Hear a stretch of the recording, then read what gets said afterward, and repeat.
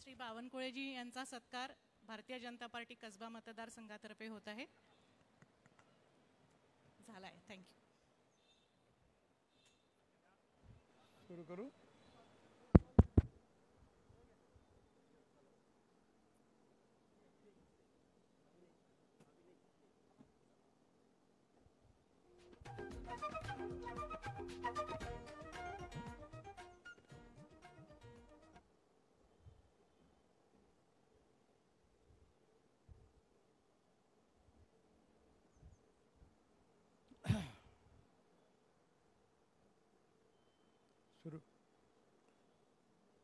Bharatiya Janata party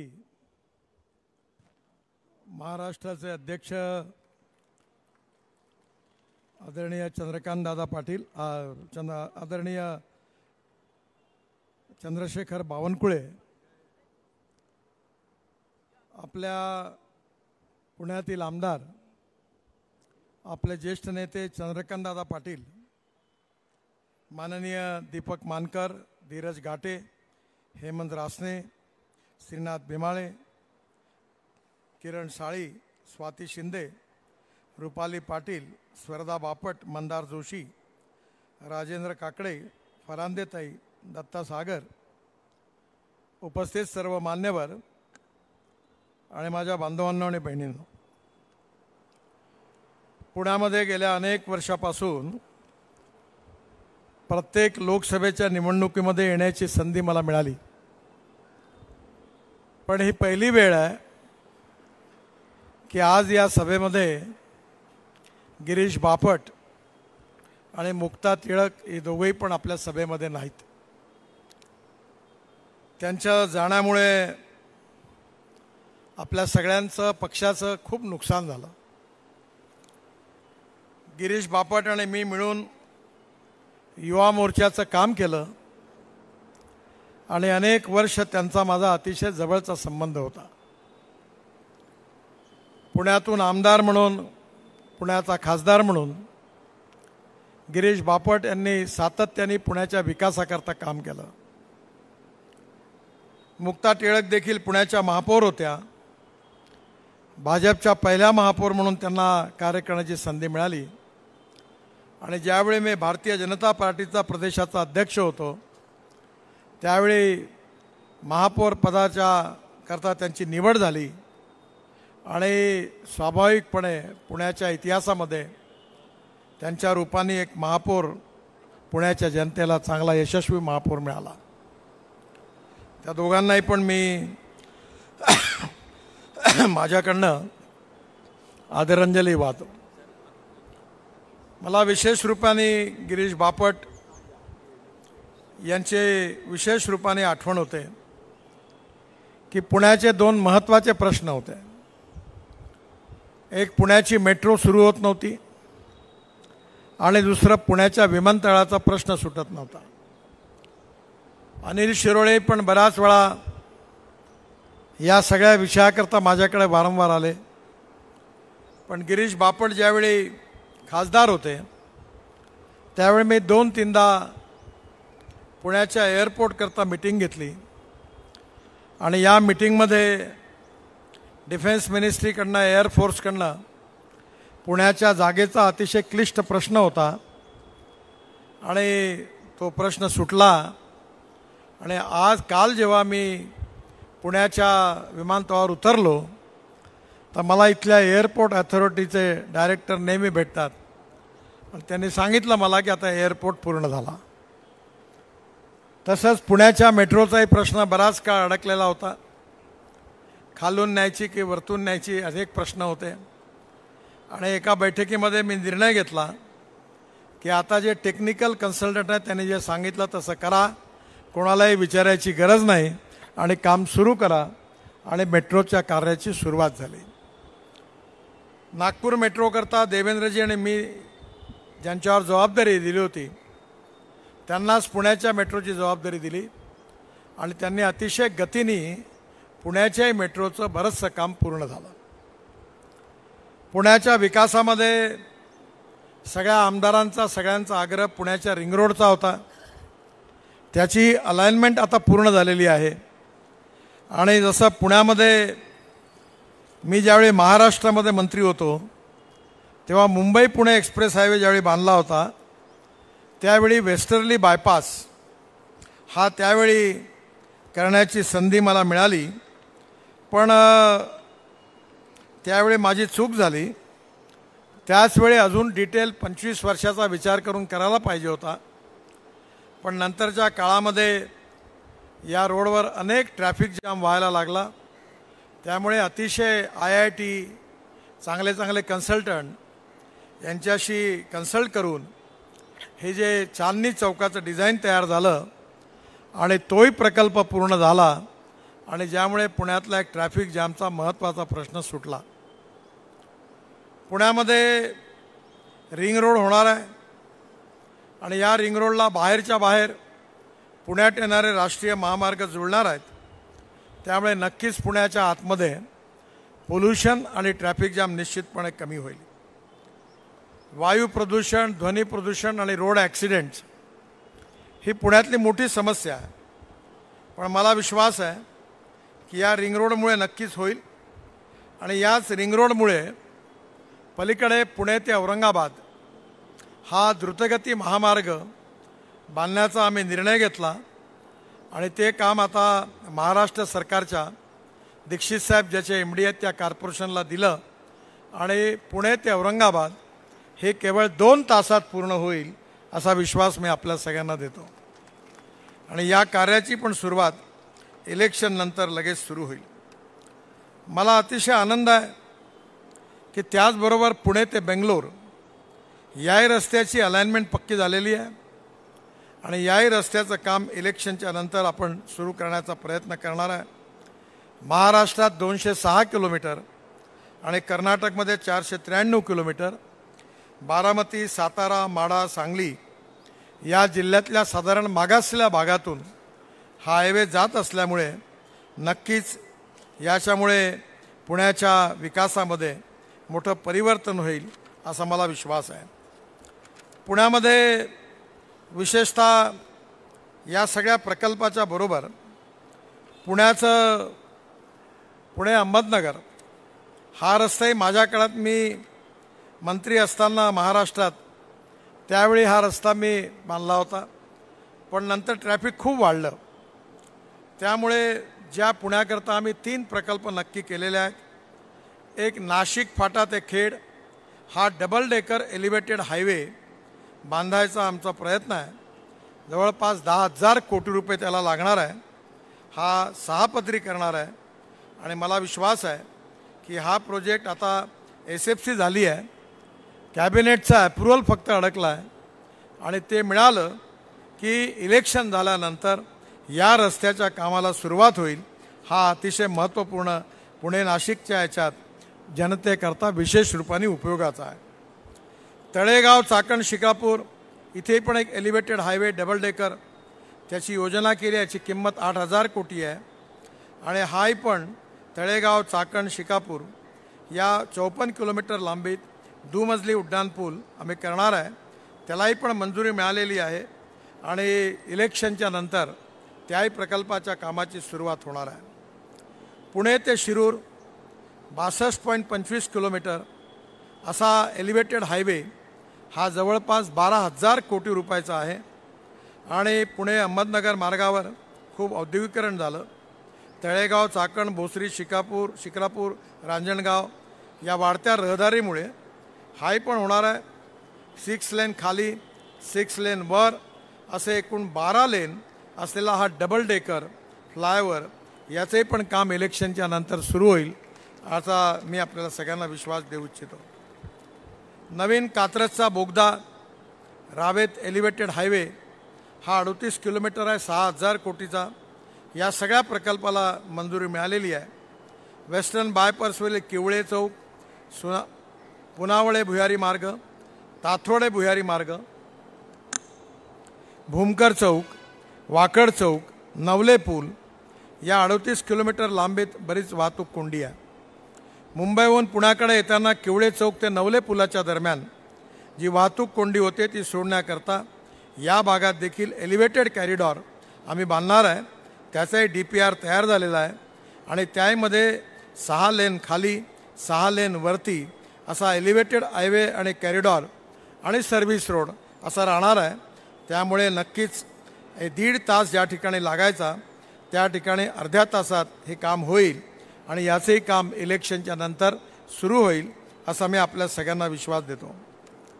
पुण्याच्या आसपासमध्ये पश्चिम महाराष्ट्रामध्ये जवळपास माझ्याच विभागातून 2 लाख कोटी रुपयापेक्षा जास्त कामं झाली.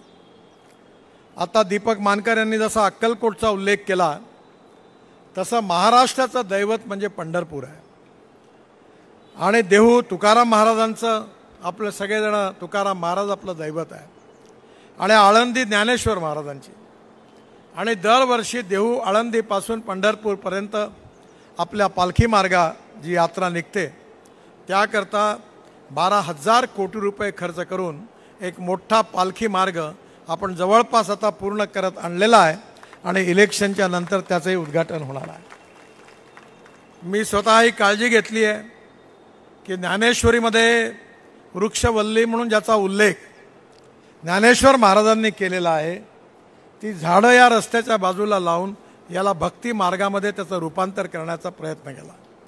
मला अतिशय आनंद आहे की या निमित्ताने महाराष्ट्रामध्ये ही सगळी कामं करण्याची संधी मला मिळाली. मी गेल्या 10 वर्षामध्ये महाराष्ट्राला रोड करता 5 लाख कोटी रुपयापेक्षा जास्त पैसे दिले. पुणे सातारा या रस्त्याबद्दल अनेक अडचणी होत्या, त्या सुटल्या आणि आता पुणे ते कोल्हापूर ह्या मार्गाचं विस्तारीकरण देखील सुरू झालेलं आहे. पुणे हे एकंदरीतच फास्टेस्ट ग्रोईंग सिटी आहे आणि म्हणून मी नेहमी असं म्हणतो की पुण्याकरता जसं मुंबई नवी मुंबई झालं तसं पुणे आणि नवीन पुणे करण्याची गरज आहे. आता मुरलीधर मोहोळ खासदार बनणार आहेत, त्यांनी नक्की या प्रस्तावावर विचार करावा कारण पुण्यामध्ये ट्रॅफिक कंजेशन, प्रदूषण, ॲक्सिडेंट्स या सगळ्या समस्यांमुळे पुणेकर त्रस्त आहे. विमानतळाची कॅपॅसिटी आता वाढली आहे पण वाढलेली कॅपॅसिटी देखील अपुरी पडणार आहे. पुण्यातल्या स्वारगेटच्या ST स्टँडवर जशी गर्दी होते तशी पुण्याच्या एअरपोर्टवर गर्दी आहे आणि म्हणून येणाऱ्या काळामध्ये नवीन एअरपोर्ट ही देखील पुण्याची गरज आहे. मला विश्वास आहे की आपण 1947 पासून तर आजपर्यंत या 75 वर्षामध्ये 60 वर्ष काँग्रेस पक्षाला काम करण्याची संधी मिळाली आणि ही जी संधी मिळाली या 60 वर्षामध्ये प्रश्न समस्या सुटण्याच्या ऐवजी गंभीर बनल्या. पण 10 वर्षामध्ये मोदींच्या सरकारमध्ये मोदींच्या नेतृत्वाखाली आपलं सरकार आलं आणि या सरकारने संपूर्ण देशाच्या इन्फ्रास्ट्रक्चरचा बदल केला. आज आपण भारतातल्या कुठल्याही राज्यात जा, कुठल्याही जिल्ह्यात जा, सगळीकडे आपल्याला चांगले रस्ते बघायला मिळतील. मी नेहमी म्हणतो आमच्या लहानपणी आम्ही काश्मीर ते कन्याकुमारी असं म्हणायचो कारण भाषणामध्ये याचा उल्लेख सातत्याने व्हायचा. जगन्नाथराव जोशी पुण्यातून उभे होते, तेही नेहमी या गोष्टीचा उल्लेख करायचे. पण खऱ्या अर्थाने आता तुम्ही जर मनालीला गेले तर मनालीवरून रोहतांग पासला जायला आपल्याला कमीत कमी 3.5 तास लागायचे. आता अटल टनेल बांधली आहे, 8 मिनिटात तुम्ही निघून जाता. त्यानंतर पलीकडे हिमालयाच्या मध्यवर्ती भागातून हार्डकोर हिमालयाच्या मधून आम्ही लद्दाख लेहपर्यंत 8 टनेलचं काम सुरू केलेलं आहे, रोडचं काम सुरू केलेलं आहे. आणि लद्दाख लेहला आल्यानंतर लद्दाख लेहपासून पुढे निघालं की कारगिलच्या खाली एक मोठी आशियातली सगळ्यात मोठी 11.6 किलोमीटरची झोजिला टनेल जवळपास पूर्णत्वाच्या मार्गावर आहे. इलेक्शन झाल्यावर त्याचंही उद्घाटन होणार आहे. या टनेलमधून बाहेर आलं की झेडमोर टनेल आहे आणि झेडमोर टनेल जी आहे तिथून निघाल्यावर श्रीनगर आहे आणि मग श्रीनगर आणि जम्मूच्या मध्ये आम्ही 18 टनेल बांधलेले आहेत. सगळा रस्ता आता सुंदर झालेला आहे आणि त्या ठिकाणी कटऱ्याला आलं की कटऱ्यावरून दिल्ली कटरा रस्ता एक्सप्रेस हायवे बनलेला आहे. त्या हायवेने अमृतसरवरून डायरेक्ट दिल्लीला आलं की दिल्ली मुंबई हायवेशी जोडता येईल आणि दिल्ली मुंबई हायवेशी जोडल्यावर डायरेक्ट सुरतपर्यंत आल्यानंतर सुरतवरून आपण नाशिकला वळू, मुंबई पुण्याला यायची गरज नाही दक्षिणेत जाण्याकरता. आपण त्या ठिकाणी नाशिकला वळू. नवीन रस्ता होतो आहे, काम जोरात सुरू आहे. नाशिकवरून अहमदनगर, अहमदनगरवरून सोलापूर, सोलापूरवरून कर्नूल आणि कर्नूलवरून त्रिवेंद्रम, कन्याकुमारी, मंगलोर, हैदराबाद, चेन्नई, कोचीन, संपूर्ण दक्षिण भारताकरता उत्तर भारताला जोडणारा रस्ता होणार आहे. आणि दिल्ली ते चेन्नई हे अंतर 320 किलोमीटर कमी होणार आहे. म्हणजे काश्मीर ते कन्याकुमारी हे खऱ्या अर्थाने स्वप्न पूर्ण होणार आहे. यावर्षी डिसेंबरपर्यंत हे पूर्ण होईल. पण यात सगळ्यात मोठा फायदा पुणेकरांना आणि मुंबईकरांना आहे.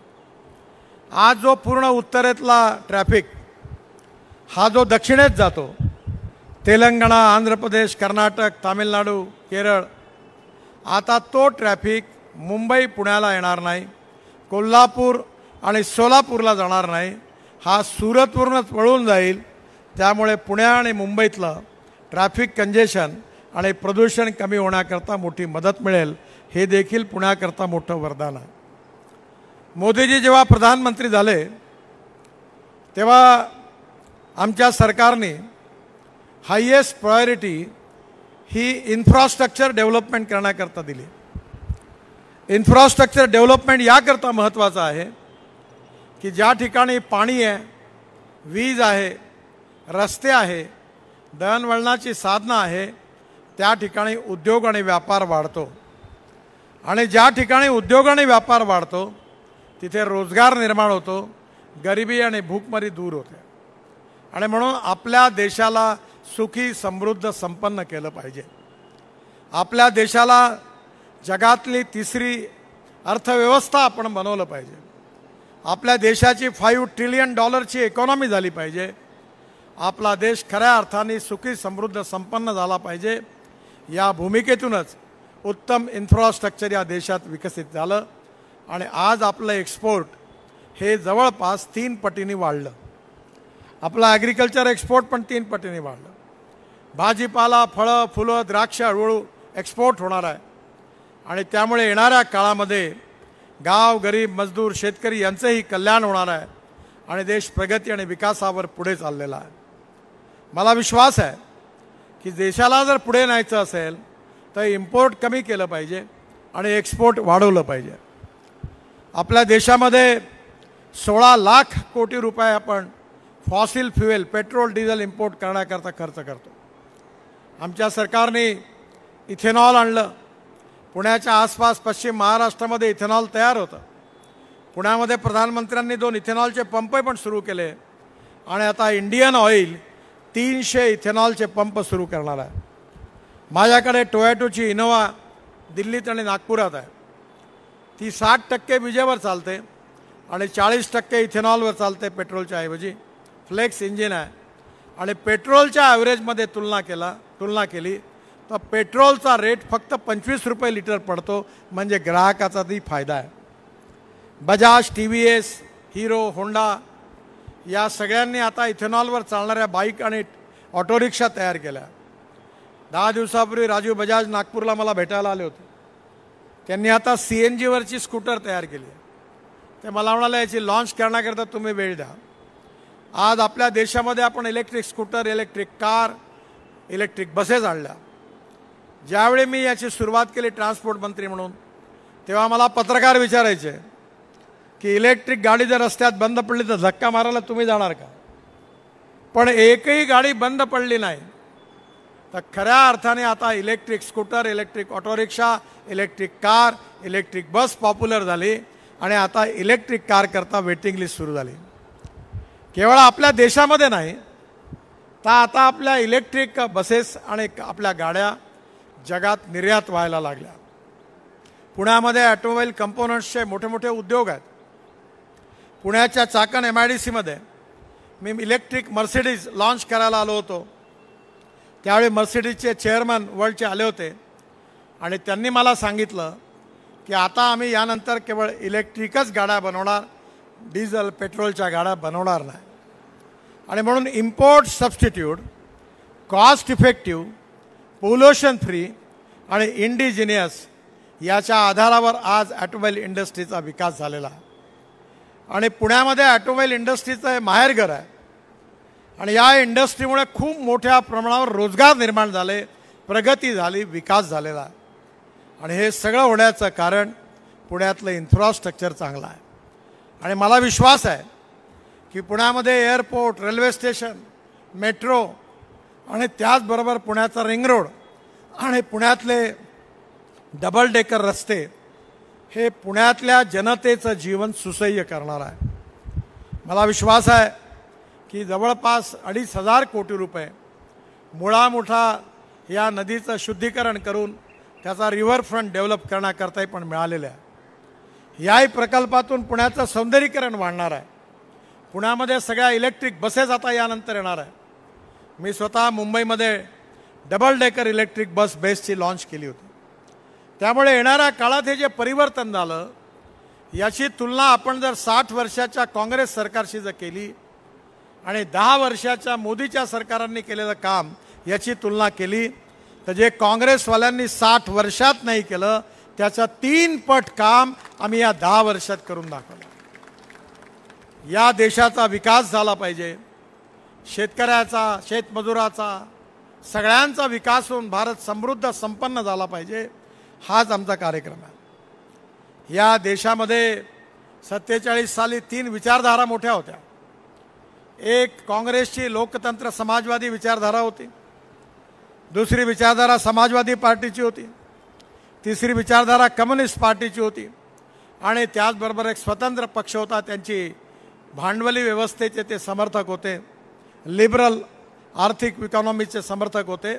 या 4 विचाराची चर्चा होती. कम्युनिस्ट पार्टी संपली. आज चीनमध्ये आणि रशियामध्ये केवळ लाल झेंडा दिसतोय. मी जेव्हा चीनमध्ये भारतीय जनता पार्टीचा अध्यक्ष असताना चीनच्या अध्यक्षांनी आम्हाला आमंत्रित केलं होतं, त्यावेळी गेलो होतो. पूर्ण चीनमध्ये पब्लिक प्रायव्हेट इन्व्हेस्टमेंट आली आणि कम्युनिस्ट विचारधारा संपली. रशियामध्ये गेलो, रशियातही आता नाही आहे. हंगेरी नावाचा देश आहे, त्याची राजधानी आहे बुडापेस्ट.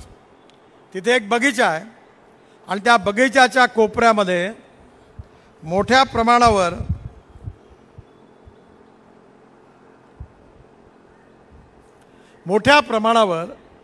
त्या ठिकाणी काही पुतळे उखडून कोपऱ्यात टाकले होते आणि ते जे पुतळे टाकले होते ते सगळे मार्क्स, लेनिन यांचे होते.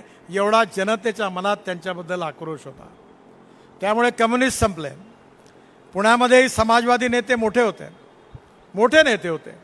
SM जोशी होते, नागा गोरे होते, मृणाल गोरे होत्या, जॉर्ज फर्नांडिस होते, मधु लिमये होते. राम मनोहर लोहियांच्या नेतृत्वाखाली त्यांनी समाजवादी विचाराच्या अनेक देशाच्या कानाकोपऱ्यात त्यांनी मोठं आंदोलन उभं केलं, पण तेही संपले. कम्युनिस्ट संपले, समाजवादी संपले आणि आता स्वतंत्र पार्टी होती तीही संपली. त्यामुळे आता भारतासमोर हा प्रश्न आहे की भारताच्या विकासाचा संबंध जे येणारं सरकार आहे ते कोणत्या आर्थिक नीतीवर चालणार आहे या आधारावर देशाचं भविष्य ठरणार आहे. आणि म्हणून पंडित दीनदयाल उपाध्यायांच्या आर्थिक चिंतनाच्या आधारावर या समाजातले जे शोषित आहे, पीडित आहे, दलित आहेत, आर्थिक, सामाजिक, शैक्षणिकदृष्ट्या जे मागासलेले आहेत, त्या तळागाळातले जी माणसं आहेत ज्यांना राहायला घर नाही आहे, ज्यांच्या अंगावर वस्त्र नाही आहे, खायला अन्न नाही आहे, त्या दरिद्र नारायणाला परमेश्वर मानून आम्ही असं काम करू की ज्या दिवसापर्यंत या सर्व दरिद्र नारायणांना रोटी, कपडा आणि मकान मिळणार नाही तोपर्यंत आपलं कार्य संपलं नाही असं समजून आम्ही काम करत राहू. हे पंडित दीनदयाल उपाध्यायाचं चिंतन, हेच आमच्या विचाराचा आधार आहे.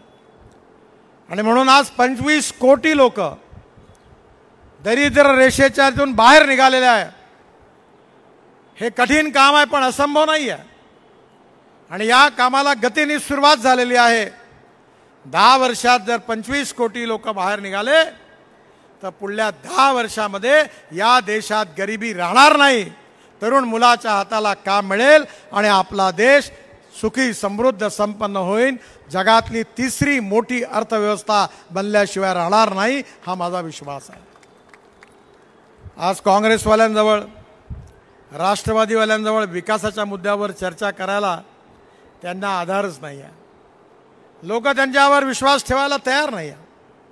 आणि म्हणून जेव्हा कन्व्हिन्स करता येत नाही तेव्हा कन्फ्यूज करण्याचा प्रयत्न होतो की भारतीय जनता पार्टीवाले 400 जागा का म्हणतात, कारण त्यांना बाबासाहेबांचं संविधान बदलवायचं आहे.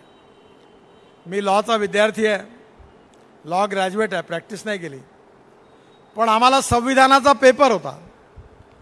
आणि केशवानंद भारती केसमध्ये सुप्रीम कोर्टाचे चीफ जस्टिस आणि 7 न्यायमूर्तींनी एक मोठा निर्णय दिलेला आहे की silent features of the constitution cannot be change. घटनेचे मूलभूत तत्व कोणीही सरकार हो, कुठलीही पार्लमेंट असो, कोणीही प्रधानमंत्री हो, कोणीही राष्ट्रपती हो, घटनेतली मूलभूत तत्व कोणालाही बदलता येत नाही, हा निर्णय झालेला आहे. हे मूलभूत तत्व काय आहे? लोकतंत्र, समाजवाद, धर्मनिरपेक्षता, freedom of speech, fundamental rights, ही जी मूलभूत तत्व ही बदलताच येत नाही. पण घटनेच्या पार्ट बी मध्ये जी कलमं आहेत त्याला मात्र दुरुस्ती करता येते. खरं म्हणजे मी इमर्जन्सीपासून कामात आलो. इंदिरा गांधींनी आणीबाणीच्या काळामध्ये घटनेची एवढी मोडतोड केली की घटना उद्ध्वस्त केली. नंतर जनता पार्टीने पुन्हा बदलवून ती प्रस्थापित केली. काँग्रेस पक्षाने 60 वर्षाच्या काळामध्ये ही घटना 80 वेळा तोडण्याचं पाप कोणी केलं असेल तर काँग्रेसवाल्यांनी केलं. आणि भारतीय जनता पार्टीच्या नावाने विशाल प्रचार करत आहेत की हे ना 400 जागा मिळाल्या तर हे संविधान बदलवणार आहे. संविधान बदलण्याचा प्रश्नच उद्भवत नाही. आणि म्हणून आपल्याला जातीवादाचं राजकारण करतात, सांप्रदायिकतेचं राजकारण करतात, जातीमध्ये भांडणं लावण्याचा प्रयत्न करतात. मी पण लोकसभेला उभं होतो 3ऱ्यांदा. यावेळी लाखो मतांनी रेकॉर्ड ब्रेक मार्जिनने विजयी होणार आहे. माझ्याकडे मी कधीच बोलायला संकोच करत नाही. मी माझ्या भाषणात नागपूरच्या जनतेला सांगितलं की मी नागपूरचा आणि नागपूर माझा परिवार आहे. मी जात पात पंथ धर्म भाषा मानत नाही. गरीब असतो, गरीबाला जात पंथ धर्म भाषा नसते. ज्या भावात पेट्रोल डिझेल गॅस मुसलमानाला विकत मिळतं त्याच भावामध्ये हिंदूला आणि त्याच भावात दलिताला विकत मिळतं. या देशातली गरिबी, भूकमारी, बेरोजगारी ही खरी समस्या आहे. आणि म्हणून मी तर सांगितलं, माझ्या मतदारसंघात सांगितलं आणि जनतेलाही सांगतो, काही फरक पडत नाही. मी एकदा परवा बिहारमध्ये होतो, नंतर काल ओरिसात होतो. कुठेही फरक पडत नाही. जे पुढारी आपल्या कामाने निवडून येत नाहीत, जनतेचा विश्वास संपादन करत नाही, ते जातीच्या ढाली पुढे करतात. मी माझ्या मतदारसंघात सांगितलं, जो करेगा जात की बात उसको कसके पडेगी लात. माझ्याकडे कोणी नाही शिष्टमंडळ घेऊन. हे बावनकुळे साहेबांना माहिती आहे, मी या भानगडीत नाही पडत. पण मला आनंदाने तुम्हाला सांगतो, सर्व जात पंथ धर्म भाषेच्या लोकांनी बहुमताने मला मतं दिली आणि माझ्या पदयात्रेत ठिकठिकाणी स्वागत केलं. आणि म्हणून भारतीय जनता पार्टीची जी विचारधारा आहे की या समाजातली छुवाछूत, अस्पृश्यता, जातीयता नष्ट झाली पाहिजे आणि खऱ्या अर्थाने शिवशाही आणि रामराज्याची स्थापना झाली पाहिजे. छत्रपती शिवाजी महाराज आमचं दैवत आहे. माझ्या दिल्लीच्या माझ्या घरी आणि ऑफिसमध्ये आई वडिलांचा फोटो नाही आहे, पण छत्रपती शिवाजी महाराजांचा फोटो आहे. आदर्श राजा, आदर्श पिता, आदर्श पुत्र, आदर्श शासक, आदर्श योद्धा, आदर्शाच्या सगळ्या परिमाणामध्ये परिपूर्ण असणारा इतिहासातला एकमेव राजा म्हणजे छत्रपती शिवाजी महाराज. यशवंत, कीर्तिवंत, वरदवंत, सामर्थ्यवंत, जाणता राजा, निश्चयाचा महामेरू, बहुत जनासी आधारू, अखंड स्थितीचा निर्धारू, श्रीमंत योगी. मला सांगा, खरं म्हणजे सेक्युलर शब्दाचा इंग्लिश डिक्शनरीमध्ये अर्थ आहे सर्व धर्म समभाव. धर्मनिरपेक्षता अर्थ नाही आहे. मी विचारलंय का काँग्रेसवाल्याला की इंदिरा गांधी आणि राहुल गांधी धर्मनिरपेक्ष होते तर त्यांच्या मृत्यूनंतर ब्राह्मण बोलावून मंत्राग्नी कशाला दिला? त्याचं उत्तर नाही आहे. सेक्युलरचा अर्थ आहे सर्व धर्म समभाव, आणि हा सर्व धर्म समभाव या देशात कोणी प्रस्थापित केला असेल तर त्या राजाचं नाव आहे छत्रपती शिवाजी महाराज.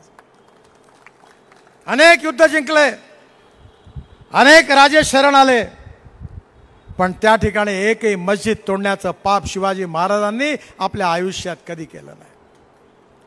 अनेक राजे शरण आले, जिंकल्यानंतर आया बहिणी यांना त्यांनी सुटका केली, ओटी भरली आणि त्यांना सुखरूपपणे त्यांच्या घरी पोहोचवून दिलं. हा छत्रपती शिवाजी महाराजांचा सर्व धर्म समभाव.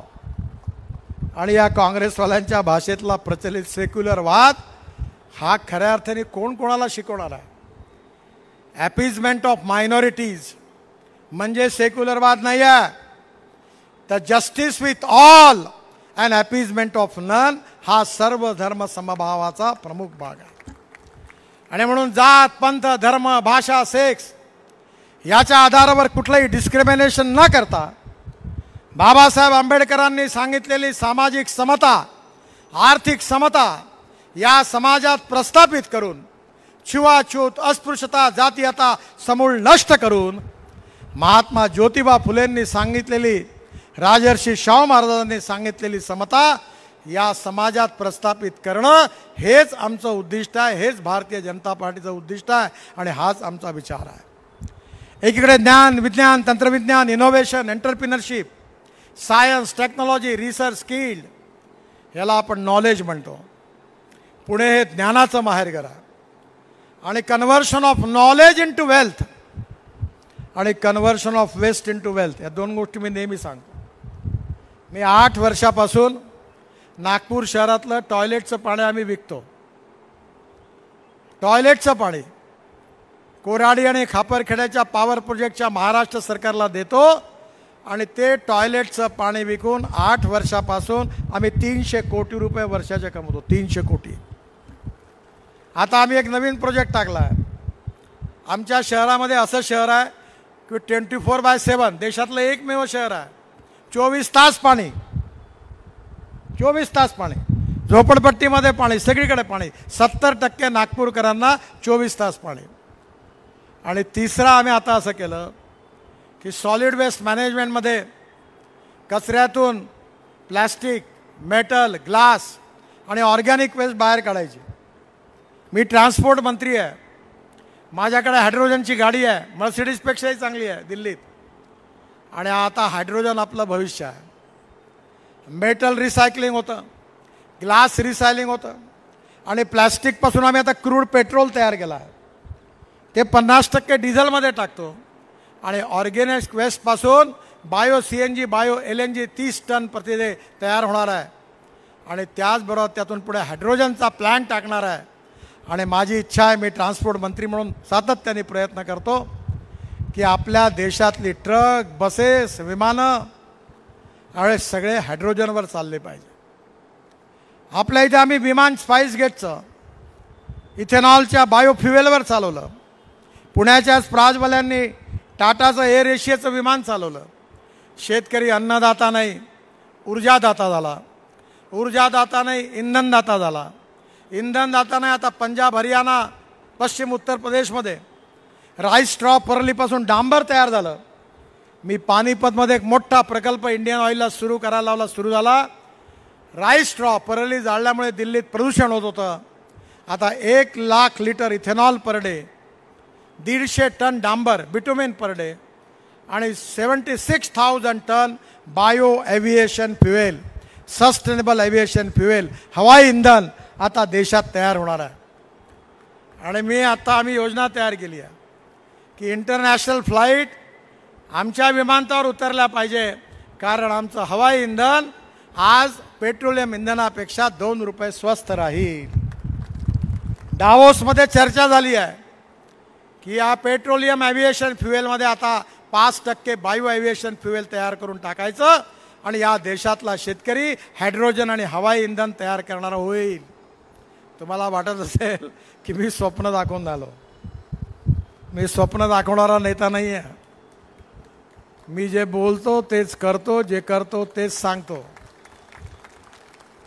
आणि म्हणून पत्रकार बंधूंना सांगतो, माझ्या भाषणं तुम्ही रेकॉर्ड करून घ्या आणि माझ्या भाषणातली एकही गोष्ट झाली नाही तर ब्रेकिंग न्यूज लावा. आजपर्यंत एक मायचा लाल पैदा नाही झाला की ज्याने मला म्हटलं की तुम्ही हे केलं नाही. हे होणार आहे. हा देश बदलणार आहे. गरिबी दूर होणार आहे. स्मार्ट सिटी नाही तर स्मार्ट विलेज होणार आहे. तरुण मुलांच्या हाताला रोजगार मिळणार आहे. $5 ट्रिलियन इकॉनॉमी बनणार आहे. आणि हा देश विश्वगुरू बनणार आहे. विज्ञान तंत्रविज्ञान याचा उपयोग करून आणि मूल्याधिष्ठित जीवन पद्धती, मूल्याधिष्ठित परिवार पद्धती, साहित्य, संस्कृती, कला, इतिहास, संस्कृती, विरासत याचा आधार घेऊन आपला देश, आपला महाराष्ट्र, आपलं पुणे, आपली माणसं ही विश्वगुरू बनवल्याशिवाय राहणार नाही देशाला. पण ते जर बनवायचं असेल तर योग्य नीती असली पाहिजे. ते जर बनवायचं असेल तर योग्य नेतृत्व असलं पाहिजे. आणि म्हणून नरेंद्र मोदींच्या नेतृत्वाखाली या राष्ट्राचं पुनर्निर्माण करण्याकरता जे आव्हान, जे मिशन आम्ही स्वीकारलेलं आहे त्याला तुमचे आशीर्वाद पाहिजे. तुम्ही सगळ्यांनी मिळून पुन्हा एकदा मोदीजींच्या नेतृत्वाखाली NDAचं सरकार दिल्लीमध्ये आणा. 10 वर्षात जे काम झालं वो तो ट्रेलर था. असली फिल्म शुरू होना बाकी है. आणि हे स्वप्न भारतीय जनतेचं पूर्ण करायचं असेल तर या ठिकाणी NDA आणि भारतीय जनता पार्टीचा विजय झाला पाहिजे. या ठिकाणून मुरलीधरच्या रूपाने एक तरुण, उत्साही, आपल्या समस्या सोडवू शकणारा, आपला आवाज उठवू शकणारा एक चांगला कार्यकर्ता उमेदवाराच्या रूपाने उभा आहे. आपल्या सर्व युतीचं समर्थन आहे. आणि मला विश्वास आहे की एकीकडे मोदींचं इंजिन आहे आणि मी पुण्यामध्ये एवढंच तुम्हाला सांगतो की तुमच्या जीवनामध्ये ज्या ज्या विभागाने कोणी जेवढे जास्त कामं नसतील केले तेवढे 50 वर्षात मी पुणे जिल्ह्यात आणि पश्चिम महाराष्ट्रात कामं केली. 2 लाख कोटी रुपयाची, 18,000 कोटी म्हैसाळ, टेंभू हे सगळ्या दुष्काळी भागात मी गेलो होतो. पाणी पोहोचवण्याचं काम केलं. माझ्यावर विश्वास ठेवा. एक मोदींचं इंजिन आणि मागून माझं इंजिन दोन्ही लावू आणि पुण्याची ही जी राजधानी एक्सप्रेस आहे ही रेकॉर्ड ब्रेक स्पीडने दिल्लीला जाईल आणि तुमचा विकास केल्याशिवाय राहणार नाही. तुमचे आशीर्वाद मुरलीधरच्या मागे राहू द्या. त्याला प्रचंड मताने विजयी करा. जात, पंथ, धर्म, भाषा याचा विचार न करता आपल्या भविष्याचा विचार करा, भवितव्याचा विचार करा. आमची व्हिडिओ बातमी आवडल्यास लाईक, शेअर आणि समांतर चॅनलला सबस्क्राईब करायला विसरू नका.